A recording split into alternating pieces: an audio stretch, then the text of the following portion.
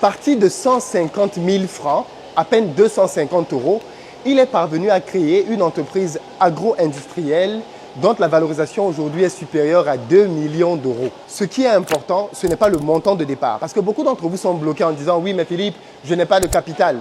Tu as au moins 250 euros, n'est-ce pas ?» Il a lancé son business avec 250 euros.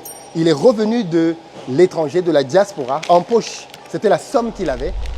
Et à force d'y croire, il est parvenu à bâtir aujourd'hui une marque qui est une référence dans l'agro-industrie au Cameroun. J'ai nommé Tanti. Son histoire est très inspirante parce qu'elle démontre que l'industrie, ce n'est pas une question de milliards. Je vous l'ai déjà dit, beaucoup de choses dans nos pays sont faites de manière archaïque.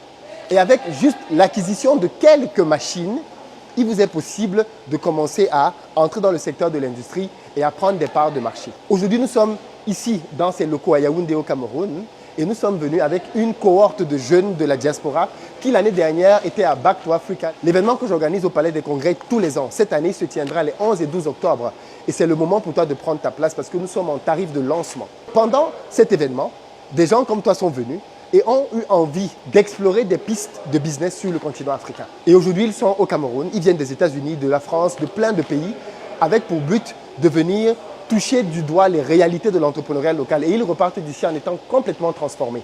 Je te souhaite donc d'être des nôtres l'année prochaine. Prends ta place pour venir apprendre auprès d'industriels locaux qui étaient dans la diaspora, qui comprennent ta situation et qui veulent t'aider à te lancer. Tu n'as pas besoin d'argent. L'argent, ce n'est pas le problème. 250 euros, tu peux les avoir. Ça veut donc dire que ce qui te manque, c'est autre chose. Et il faut que tu viennes l'apprendre auprès de ceux qui l'ont appris. Ça lui a pris 25 ans. Mais tu n'as pas besoin de 25 ans. Tu n'as pas besoin de 25 ans si tu veux toi aussi commencer à gagner de l'argent en Afrique. Back to Africa, c'est l'événement auquel je te convie cette année si tu as réellement envie d'avoir un accélérateur dans ta carrière. On va aller écouter Thierry Niamen tout de suite et il va te donner quelques conseils qui vont te permettre d'y voir un peu plus clair. C'est parti.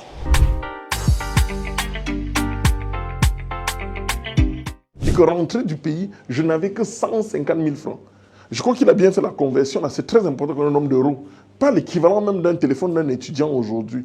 Donc, on peut dire, quand on voit la 8 ans, tu as fait 25, on sera 25 ans. Oh non, c'est trop. C'est trop par rapport à quoi? Par rapport à qui? Par rapport à quel repère? Quel était notre X0? C'est-à-dire que là, on commence par où pour être là?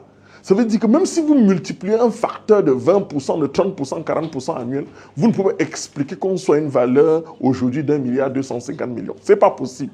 Ça veut dire qu'on a cravaché dur, mais pour ne même pas être à l'indice d'un équipement qui se situe aussi ailleurs. Donc vous allez découvrir comment il existe plusieurs types de projets, c'est-à-dire que des projets à fort taux de consommation et d'autres projets qui peuvent avoir des cycles assez compliqués comme l'alimentation pour enfants, parce que nous perdons les clients tous les 8-9 mois. C'est-à-dire dès que l'enfant arrive avec le lait maternel, il prend et à 2 ans, on commence à lui donner le riz. Donc on a perdu ce client. Next time, on recommence encore avec la pub. C'est pour ça qu'il y a des projets complexes pour lesquels rien ne devrait vous décourager.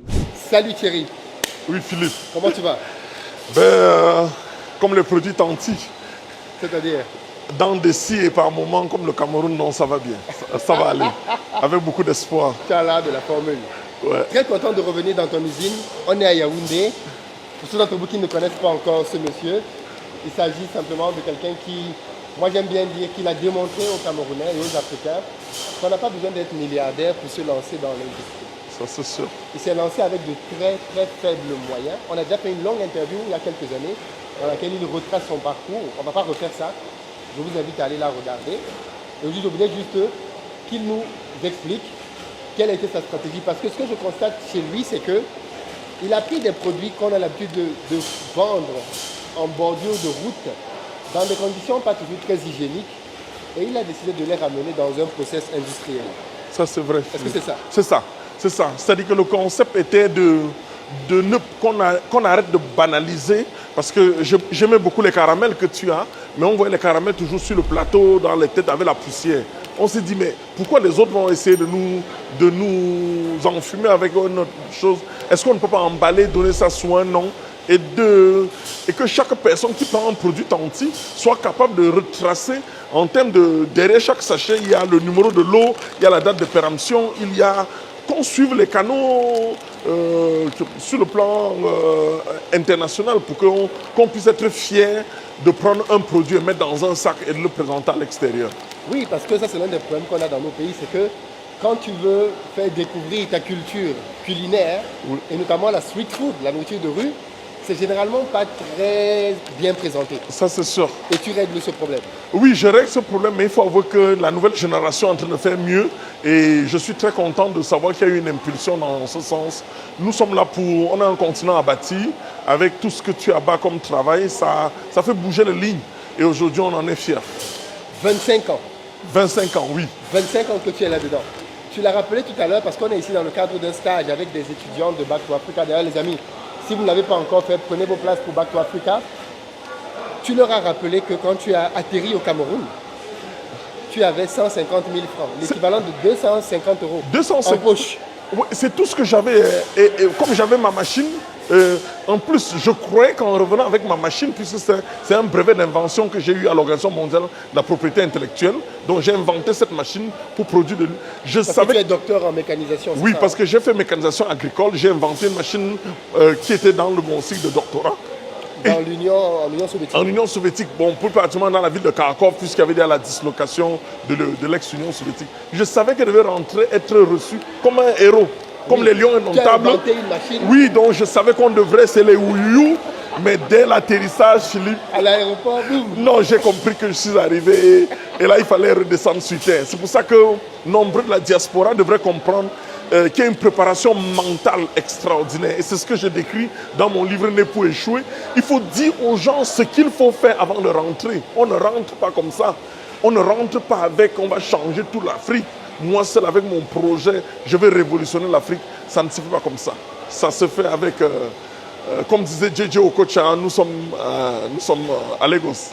Ça se joue là-bas. Tout à fait. Ouais. Alors en 25 ans d'industrie au Cameroun, toi qui es parti vraiment de rien du tout, quelles sont les leçons que tu penses avoir comprises qui peuvent être... Qu'est-ce que tu aurais aimé savoir avant de te lancer? Ah ben j'aurais bien voulu Une ou avoir... deux choses. Ou non, vraiment, la première des choses, c'est d'avoir un mentor. Donc quelqu'un qui a déjà fait quelque chose. Je suis rentré seul et j'étais contre tout le monde. Tout le monde me dit il faut faire une demande d'emploi, on ne sait jamais en attendant. Donc tous ceux qui étaient dans l'industrie étaient fermés. Tous ceux qui étaient dans l'industrie, il n'y avait pas moyen de discuter. Je ne voyais les hangars que de l'extérieur. Il n'y avait même pas moyen, avec un vigile, de regarder un trou. Aujourd'hui, je vois des gens, même sur des vidéos, regarder. On ne pouvait rien voir. Et pour moi, le mentorship, avoir un mentor, avoir quelqu'un qu'on côtoie, qui est sur le chemin. Parce que j'ai malheureusement appris de mes erreurs, alors que je pouvais apprendre des erreurs des autres, des gens capables de partager leur parcours. Une deuxième chose que moi je pense que j'ai dû apprendre, c'est que le temps joue en la faveur de l'entrepreneur. Il faut pédaler. On est sur un vélo. Si tu ne pédales pas, tu tombes. Mais si tu pédales, tu peux ne pas trouver le chemin. Mais il faut rester sur le vélo. Parce que si tu t'arrêtes, eh ben, il y a une pression sociale qui montre et que l'échec en Afrique, c'est une moquerie extraordinaire. Tout le monde pense que l'échec, c'est l'échec. Pourtant, l'entrepreneur, il faut échouer pour arriver. Nous voici dans une usine où, regardez ces poteaux, ce sont des millions de francs qui ne servent pratiquement à rien parce que, en réalité, si je voulais faire un autre projet, je n'aurais pas mis ces poteaux. Donc, si j'avais visé une entreprise de savoir qu'il n'y a pas de poteaux dans l'usine, mais me voilà, je pensais que c'était trop grand. Donc, ma vision était une vision assez courte parce que, vu l'environnement, le fait de trop rêver, j'étais outside of the box. Je n'étais pas avec. J'étais loin des autres, tellement loin dans ma pensée que j'étais obligé de freiner parce que derrière moi, il n'y avait pas un groupe de jeunes capables de dire allons-y. Donc je naviguais contre le courant. Donc j'ai appris de cela. Et au fur et à mesure, l'appétit venant en mangeant, j'ai commencé à comprendre qu'il y a du champ. Il y a du champ, il faut s'adapter. Et pendant ce temps, les aléas de tout ce qu'on peut imaginer. Mais on ne va pas pleurer. Parlant de business à proprement parler, tu nous as dit tout à l'heure que la demande est tellement grande. Est-ce que tu peux nous en parler? Parce Oui. qu'on a l'impression que... Non, vous avez vu, les magasins sont vides. C'est-à-dire qu'il y a une demande, parce que l'entrepreneuriat a quelque chose on peut échouer parce que le produit ne passe pas, mais on peut aussi échouer à cause de la croissance. Parce qu'il faut pouvoir gérer la croissance. Gérer la croissance, c'est avoir un flux en termes de fonds de roulement, c'est avoir énormément de matières premières, avoir énormément d'emballage et avoir suffisamment de points de vente capables de te payer au cash pour avoir soit un crédit fournisseur, soit une banque qui te donne de l'argent à un crédit. Donc, ce petit cycle fermé, c'est-à-dire qu'on appelle le cycle d'évolution d'un produit, il faudrait le réduire à 2-3 semaines. Pourtant, moi, je le suis pratiquement à 4, 5, 6 mois. C'est-à-dire que l'argent qui entre dans le process ne reviendra que dans 6 mois. Et ça, il faut tenir les autres, 6 mois.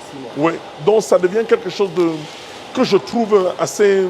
Donc il y a une grosse demande, il y a une grosse avec une grosse contrainte qui vient avec une grosse contrainte financière. Et c'est pour ça que moi je reprends encore suite à Chen en disant, s'il y a des jeunes de la diaspora qui croient à un projet, qui croient à un jeune qui a bâti sa réputation honnête et visible, traçable sur 25 ans, allons-y.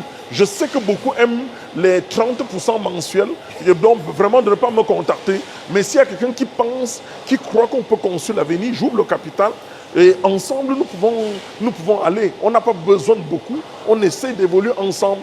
Je ne veux pas des gens qui vont me donner l'argent vendredi et lundi me demander combien ça a produit. Non, il faudrait avoir une culture industrielle et de savoir qu'on prépare l'avenir soit des enfants ou d'une prospérité, soit préparer sa retraite de la meilleure des façons. Et il n'y a pas meilleur endroit que l'industrie, que l'agroalimentaire, qu'avec quelqu'un qui a déjà commencé. Tout le monde veut venir recommencer. Pourtant, il y a des gens avec qui il faut se mettre ensemble pour aller sur le chemin. Et je pense que je suis très fier de tout ce que tu fais. Il faut que je te le dise ici. Nous n'allons pas te célébrer quand tu ne seras pas là. C'est que tu fais bouger les lignes. Et quand tu fais bouger les lignes, les gens ne comprennent pas. Moi, je pense que l'État ou les gouvernements africains devraient investir au pays de façon à te donner plus de moyens afin que cette sensibilisation puisse sortir une série de personnes. Quel est le diplôme que nous pouvons t'offrir? C'est de dire que tu as sorti des personnes des maisons. Et là, moi, j'insiste parce que quand nous sommes en train de vouloir produire, nous ne regardons pas plus loin. Nous ne nous demandons pas est-ce que ça va aller. Et il y a des blocages et il faudrait qu'il y ait des exemples et des échanges entre des personnes qui n'ont pas de prix. Une fois, j'ai entendu que Barto Africa est cher. Il dit, vous ne savez pas quel est le prix de l'échec. Parce que si vous connaissez le prix de l'échec, vous serez en train d'aller là-bas. Voilà. Et nous, on est prêts à venir partager notre expérience. Tu sais que c'est... dès que tu viens, on est ensemble et on est fiers de ce qu'on fait. Et ne pas toujours avoir une comparaison absolue. Parce que d'autres vont se lancer avec 100 000 francs, d'autres avec 100 millions. Mais il faut se lancer uniquement avec le montant que vous êtes prêt à perdre. Et si vous vous lancez-vous avec le montant que vous voulez, mais soyez sûr que vous pouvez le perdre. Si vous pouvez le perdre, moi je n'avais que 150 000 à perdre. Il y a d'autres qui sont prêts à perdre 200 millions et il n'y a pas de problème. Et à cette dimension de savoir que c'est 1 plus 1 qu'on évolue et on redimensionne le projet pour avoir la bonne maîtrise de son projet. Tant qu'on n'a pas la bonne maîtrise, on navigue à vue juste parce qu'on a veut copier un autre projet qui marche en Inde ou en Côte d'Ivoire. Je vais te poser une question sur un sujet que j'ai l'habitude d'aborder ici parce que j'aime bien parler avec toi parce que tu es très concret là-dedans. Est-ce que tu t'imaginais que le vol pouvait être aussi présent et avoir un tel impact dans ton business au départ? Sincèrement, moi, je n'ai jamais touché. On m'a dit que ce sont les... On me vole trop parce que je ne connais pas l'entrepreneur. Non, c'est parce que tu ne connais pas, c'est parce que... les voleurs peuvent te rendre bête. Parce qu'à un moment, Philippe, tu es ingénieur, c'est-à-dire un tableur Excel, tu te demandes, ils te font douter. Et le gars qui te vole est d'une intuition inimaginable parce que ce qu'il crée, je t'assure, même avec tous les diplômes là, tu ne peux pas les avoir. Et il y a une façon de contourner. Donc le vol, comme je dis, est systémique.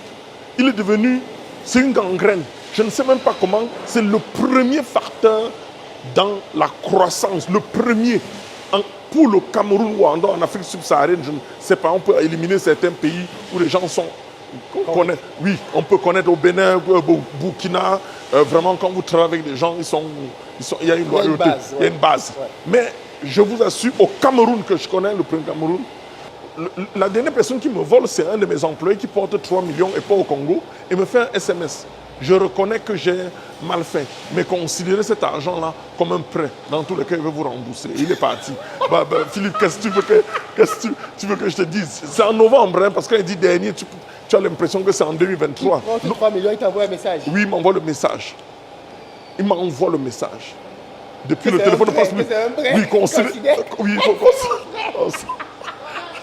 non, Philippe, c'est que On peut écrire des films avec la réalité. moi, je préfère vraiment, je t'envoie la capture d'écran parce que j'ai gardé ça parce que c'est un souvenir très fort. Incroyable. Oui, c'est incroyable. Et quand on dit 3 millions pour une PME, c'est 5 000 euros à peu près, oui. c'est 5 000 euros que vous perdez alors que il y a un On te vient d'expliquer que c'est 6 mois pour récupérer l'argent. pour récupérer l'argent qui est entré, ce n'est pas le bénéfice. Oui. C'est incroyable. Mais je pense que dans le vol, nous devons... Il y a une rééducation. Moi, je ne peux même pas toucher... Philippe, si tu reçois un message, je ne regarderai même pas qui a lu le message. Je ne sais pas comment on peut faire pour toucher ce qui appartient au tribunal. quelqu'un d'autre. Non. Même j'ai eu des crédits de l'État et tout le monde le sait. Je suis le meilleur qui rembourse, quel que soit ce qu'on dit. Quand ça ne m'appartient pas, je dois rembourser. C'est une philosophie de vie. Et ceux qui investissent à Interfood ne peuvent même pas douter un instant de ma moralité. Depuis le lycée, tout le monde me connaît dans ce... Mais on ne comprend pas ce qui se passe. Une jeunesse d'une... Peut-être affamée. Dans un podcast ailleurs, j'ai dit la souris qui vole le soutien-gorge. C'est pour faire quoi avec? C'est pour dire que les gens sont prêts à voler même ce qu'ils ne vont pas utiliser. Oui. Nous avons vu comment notre frère chez Bétain, tous les câbles sont partis, on retarde un projet sur 6 mois. Retarder, c'est pas là. Il y a les frais additifs. Tu dois commencer à rembourser le crédit bancaire. Sans rembourser, et très vite. Le banquier va savoir qui a volé. Le banquier veut son argent. Ce sont des salaires d'autres Camerounais qui sont immobilisés parce que le projet n'a pas commencé, donc ils ne peuvent pas commencer à travailler. Ils ne peuvent pas Donc les familles non, attendent. les conséquences du vol, et je pense que nous, les aînés, doivent être...